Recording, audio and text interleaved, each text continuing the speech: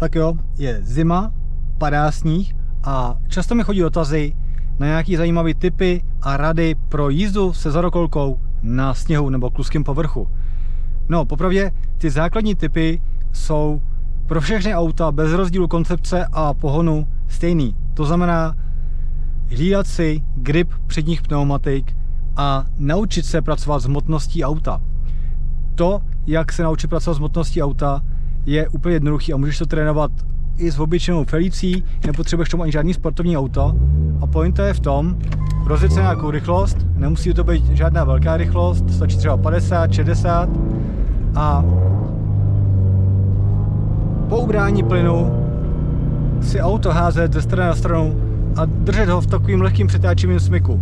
Jo, bez plynu, jenom si to házet ze strany na stranu a potom si do toho v případě zadokolky přidávat plyn, aby ses naučil navazovat na tu přetáčivost při deceleraci hezky plynem dojemna a aby tam nebyl žádný cukový přechody. Protože při jízdě na sněhu je klíčová ladnost, plynulost a zároveň okamžitý reakce jak rukou, tak nohou na pedálech. Protože rychlé reakce jsou samozřejmě důležité i na suchém asfaltu, ale čím je povrch klustší, tím potřebuješ reagovat rychleji, protože samozřejmě ta adheze se ztrácí velmi snadno, nebo přenos pneumatik. Takže cílem té jízdy na sněhu v případě zadokolky je vůbec to auto nějakým způsobem rozjet a získat rychlost.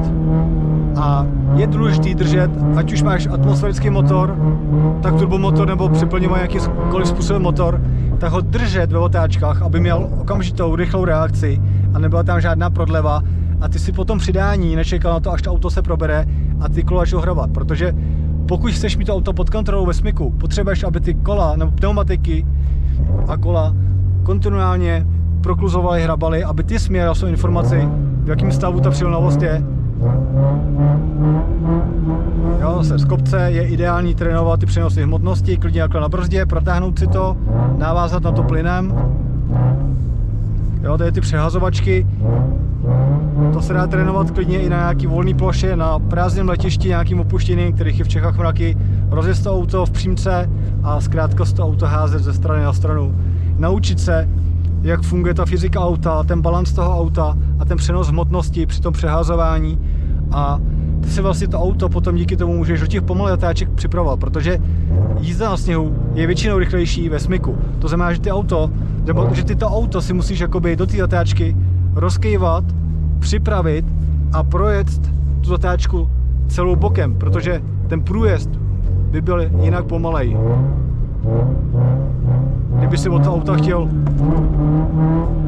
plynulost, čistou stopu na tom sněhu, tak prostě zkrátka je to pomalejší než ta řízená přetáčivost. V případě zadokolky, čtyřkolky i předokolky paradoxně, protože i ta předokolka dokáže jezdit velmi rychle a přetáčivě na sněhu a kontrolovaně.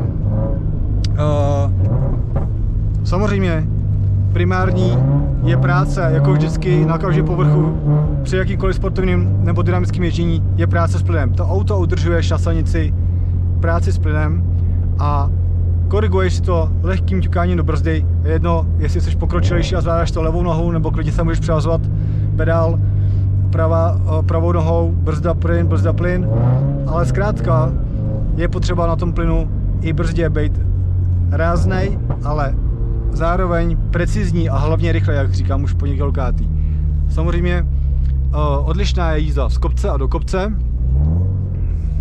Jo, sám vidíš, že z kopce, že již přidám, ta setrvačnost auta je velikánská. Takže já už to tady rozjedu trošku, přitáčivost a furt se sunu bokem. Jo? To auto klouže tím, jak to fyzika to auto tlačí tady z toho kopce, nebo ta setrvačnost je zkrátka větší než do kopce, logicky. No a kromě toho, že si hlídáš grip předních pneumatik, rychle pracuješ na volantu, chápeš přenosy hmotnosti, někdo tomu říká skandinávský švih, že jo, to je to mrskání ze strany na stranu před otáčkou, já teď s vámi přeháním ze strany na stranu, abys to hodně viděl i na té kameře. A popravdě to jsou úplně základní techniky, bez kterých se dynamicky na sněhu prostě jezdit nedá. Takže ještě pro zopakování, je to hlídání gripu předních pneumatik, rychlá práce na volantu, na pedálech a u zadokolky konkrétně potřebuješ mít rychlost, protože teďko sám vidíš, že jdu do kopce a než se rozjedu, tak to trvá. Takže je potřeba udržovat rychlost a aby si mohl udržovat rychlost, tak nemůžeš jet čistou stopu, ale musíš ty zatáčky projíždět přetáčivě, protože zkrátka to sněhu ta přetáčivost je rychlejší. Jo, hodně diskutovaná je taky práce s brzdou na sněhu. Spousta lidí říká, no hele, ty vole, nemůžeš jít do ABS, protože pak se prodlužuje brzdná dráha, ale popravdě vychytat brzdný bod tak, aby si nezapnul ABS u moderního auta, je teda velmi, velmi náročný. Takže se neboj, že když trošku s tebou můžeme ručkou, že když probržíte ABS, tak pracovat trošku s tím ABSem, jo? V tom ABSu trošku ten brzdo vypadá odlevovat a klidně být na hraně toho nástupu toho ABS, protože to auto ti v tom smyku to ABS drží pod kontrolou. Kdybys tam to ABS neměl, spousta lidí si to odpojuje, třeba konkrétně na Yarisech, jsou velký hrdinové, že jo, ale samozřejmě tím odpojením ABS rozhodíš i vyvážení brzdného účinku mezi přední a zadní nápravu, takže správně tam je mít ještě nějaké nastavení rozdělení brzdného účinku předek vůči zadek.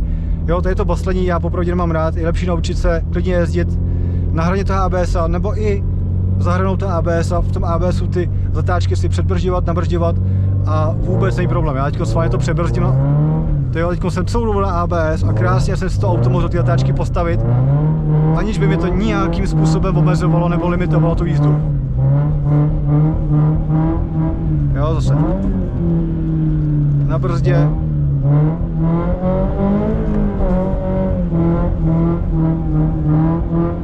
Jo, je to furt práce s plynem, pum, pum, pum, furt to držet v té přetáčivosti.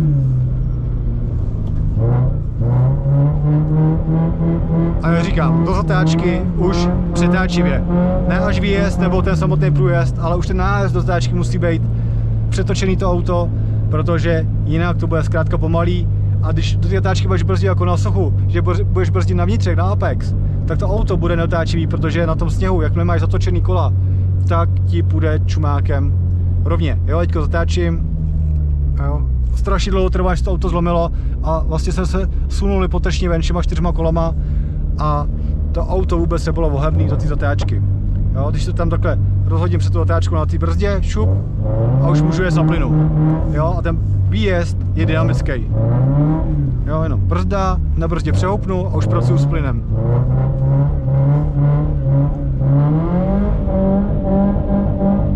Jo, a ještě jedna věc. Strašně často se mi ptáte, jak ji používat při sportovní jízdě boty. Já mám tady 2 boty, všechny jsou mokrý, protože jak jsem tady ve sněhu, tak koberečky jsou nasáklý vodou, jsou úplně mokrý. Ideální samozřejmě rovná podrážka, nějaký prostě kecky, ne úplně běžecký boty, kde je to podrážka tlustá a ztrácíš v tom cit. A samozřejmě asi není potřeba jezdit v závodních botech a vypadat jako blázen. A ono asi úplně nezáží to, co máš na nohou, ale to, co máš jakoby v nohou naučeno, protože teďkom jezdím na boso a úplně je to v pohodě.